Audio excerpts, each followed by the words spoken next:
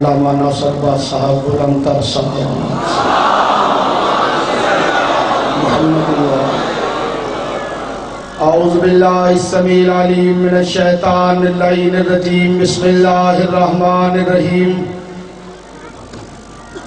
الحمدللہ رب المشرقین ورب المغربین والصلاة والسلام علی جد الحسن والحسین بالقاسم محمد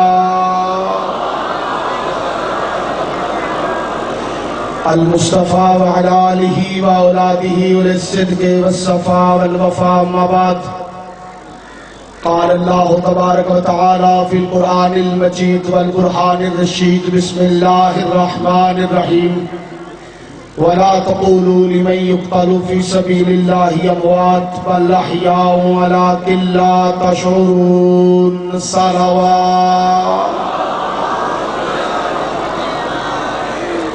ایک ایسی صلوات پڑھیں کہ علامہ صاحب کی روح کو اور زیادہ تسکین مل جائے.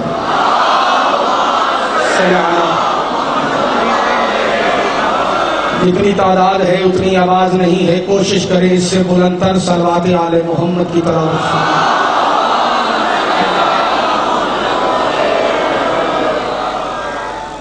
ایک صلوات کی تلاوت فرمائیں آواز سے بلند. بسم اللہ.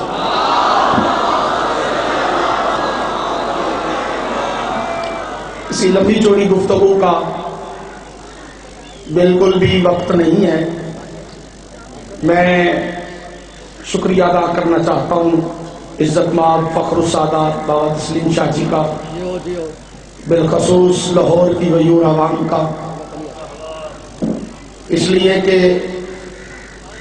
میرا قبلہ کے ساتھ ایک روحانی تعلق، اور وہ تعلق ایسا تعلق کہ میں زندگی بھر ان کے بچوں کی جوتیاں بھی دھو کے پیوں تو ان کا شکریہ ادا نہیں کر سکتا، اس لیے کہ مجھے علی ولی اللہ علامہ ناصر صاحب نے پڑھایا تھا.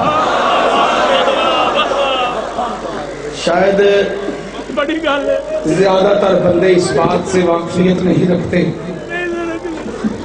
لوگوں کو شاید اس حقیقت کا نہیں پتا.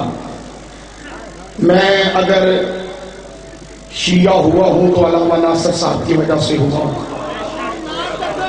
جی بسم اللہ، وہی بتانا چاہتا ہوں. جی بسم اللہ، وہی بتانا چاہتا ہوں. علامہ ناصر صاحب قبلہ باغبان پورے کے ساتھ ایک سنگھ پورہ علاقہ ہے، وہاں عشرہ محرم پڑھتے تھے. میرا آبائی علاقہ وہی ہے. وہاں عشرہ محرم کی مجلس کے سلسلے میں سڑک بند تھی اور میں جامعہ نعیمیہ کا اسٹوڈنٹ تھا اور میں اپنے گھر جا رہا تھا. رستہ بند ہونے کی وجہ سے میں بڑا پریشان ہوا کہ یہ رستہ کیوں بند ہے. پتہ چلا مجلس ہو رہی ہے. مجھے بچپن سے ہی بابا جی خطابت کا بڑا شوق تھا، کیونکہ میرے والد صاحب بھی مسجد کے پیش نماز، جنہیں اہل سنت کی زبان میں امام کہا جاتا ہے، وہ تھے. آپ گواہ ہیں اس بات کے، مجھے وہ چہرے نظر آ رہے ہیں جو گواہی دیں گے. اور مجھے بچپن سے ہی اپنے والد صاحب والی اس جامعہ مسجد میں بچپن سے میں تقریر کیا کرتا تھا جمعے والے دن. خطابت کا بڑا شوق تھا. تو مجھے پتا چلا یہاں مجلس ہے تو میں سننے کے لیے رک گیا. علامہ صاحب قبلہ تشریف لائے، انہوں نے ممبر پہ بیٹھ کے مجلس عشرہ محرم کی پہلی مجلس پڑھی. میں نے سنی.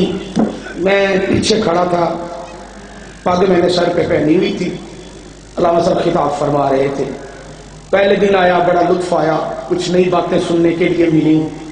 دوسرے دن پھر آیا، پھر نئی باتیں سننے کے لیے ملی. تیسرے دن آیا تو علامہ ناصر صاحب نے مجھے دیکھ کے ایک جملہ کہا، اور اس طرح کی تبلیغ شاید ہی کوئی بندہ کر گیا ہو.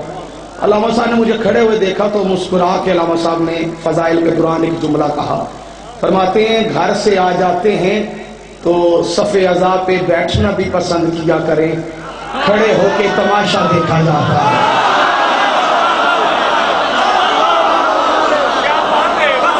اللہ نے مجھے دیکھ کے یہ جملہ کہا کہ گھر سے آ جاتے ہیں بیٹھنا بھی پسند کیا کریں، کھڑے ہو کے تماشا دیکھا جاتا ہے، بیٹھ کے ذکر شبیر سنا جاتا ہے. قبلہ کی بات میں اتنا اثر تھا کہ میرے دل پہ اثر کر گئی. تو فوری طور پہ نا صف عزا پہ بیٹھ گیا. پگ میں نے پہنی ہوئی چپ کر کے بیٹھنا، میں روتا تھا نہ میں داد دیتا تھا، ماحول ہی ایسا نہیں تھا بابا جی، تربیت ہی ایسی نہیں تھی، ماحول ہی کبھی ایسا بھائی حبیب نہیں دیکھا تھا۔ میں چپ کر کے نا پیچھے بیٹھ گیا، قبلہ نے مجلس پڑھی، 4 محرم تھی غالباً، علامہ صاحب مجلس پڑھی، 5 محرم کو قبلہ میں پھر سننے کے لیے قبلہ کو آگیا، سائیکل میرے پاس ہوتی تھی، ذاکر منتظر مہدی لاہور کا بہت بڑا ذاکر ہے، وہ گواہ ہے میرے شیعہ ہونے کا، کیونکہ وہ میرا محلے دار بھی ہے، مولا اس کو اور زیادہ وقت لگائے۔ اور وہاں پہ میں سائیکل پہ آتا محرم کی مجلس سننے کے لیے، 5 محرم کو میں آیا، علامہ صاحب قبلہ نے پھر مجلس پڑھی، 6 محرم کو قبلہ نے منبر سے مبالہ پڑھا، اور آیت مبالہ کے اوپر میری علامہ صاحب سے مجلس کے بعد بحث ہو گئی۔ قبلہ نے بڑی تسلی کے ساتھ نا گاڑی کے قریب کھڑے ہو کے قبلہ میرے سوالوں کا جواب دیا، اور اتنے اطمینان سے کہ ایسا اطمینان مجھے کسی اور عالم دین میں نظر نہیں آیا، اطمینان سے انہوں نے میرے سوالوں کا جواب دیا۔ میں کھڑے ہو کے بات کرتا رہا، قبلہ نے کہا تسلی ہوگی جی، میں نے کہا جی ہوگی۔ قبلہ گاڑی میں بیٹھے، قبلہ چلے گئے، 7 کو میں نہ آیا، 8 کو میں آیا تو قبلہ منبر پہ بیٹھے، اور قبلہ نے میرے لیے ایک اور جملہ کہا۔ قبلہ نے کہا آپ آتے ہیں رسول کے بیٹے کے ذکر میں، اور عزاداری کی کچھ تہذیب ہوتی ہے، یہ جو آپ سر پہ پگ پہن کے بیٹھتے ہیں یہ اتار دیں، کیونکہ ذکر اس کا ہے جس کا امامہ مسلمانوں نے لوٹ لیا۔ دوسرا جملہ تھا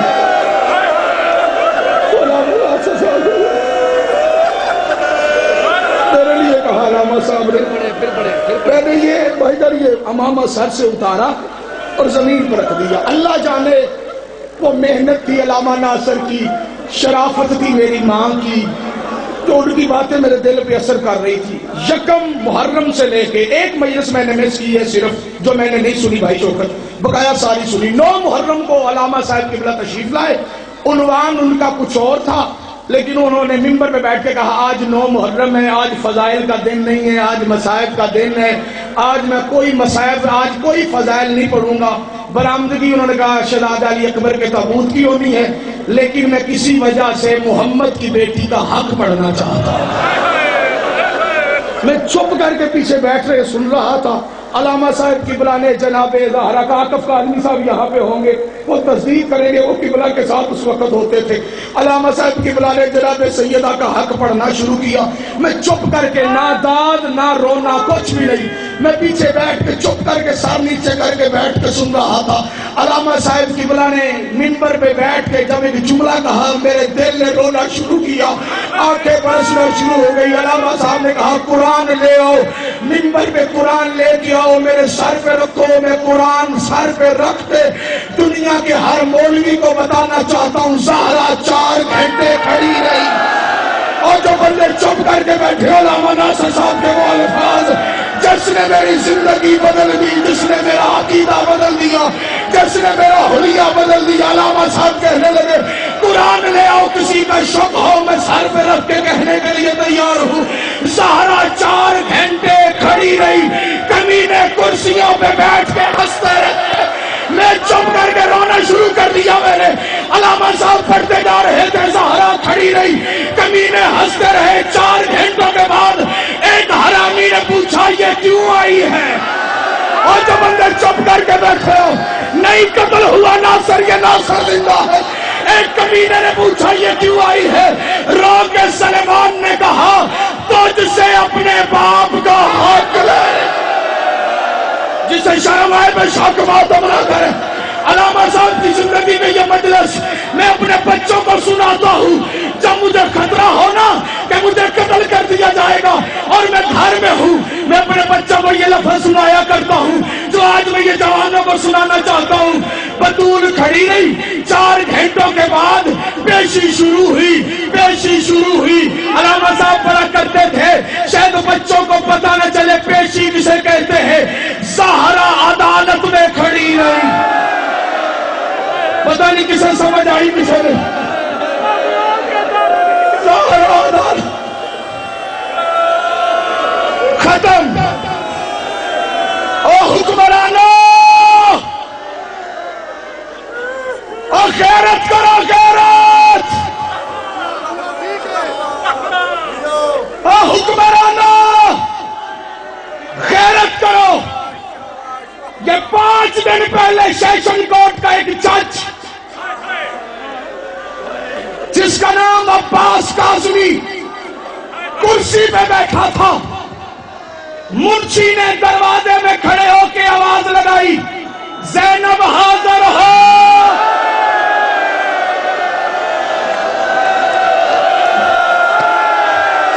ماتم اچھا لگتا جوانوں کے سینوں میں، اللہ کرے مجھے موت آ جائے زہرا کا حق پڑھتے ہوئے۔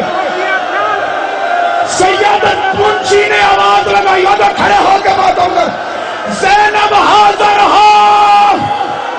جج نے کرسی چھوڑی، مولا تیری زندگی کرے، اور جو ماتم کر رہے ہو۔ جج نے کرسی چھوڑی، روتے ہوئے چلا گیا، کہتا میں نے سماعت نہیں کرنی، اس کا نام زینب ہے، اور ہم سے پوچھو ہم زندہ کیسے ہیں؟ زہرا کھڑی رہی، کمینے ہنستے رہے۔ ماتم ماتم ماتم، اور شیعہ بیٹھا۔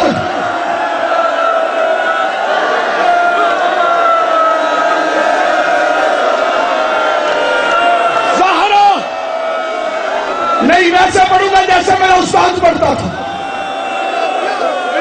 4 سفر کو میں نے علامہ ناصر صاحب سے کہا، 4 سفر کو بیٹھ کے جملہ سننا۔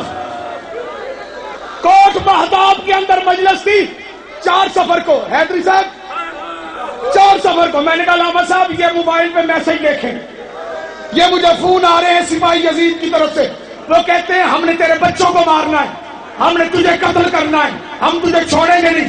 علامہ صاحب نے آگے سے مجھے مضبوطی سے پکڑ لیا، مقرر جو تصویر انٹرنیٹ پہ، میری گردن دبوچ کے کہتے ڈر گیا ہے؟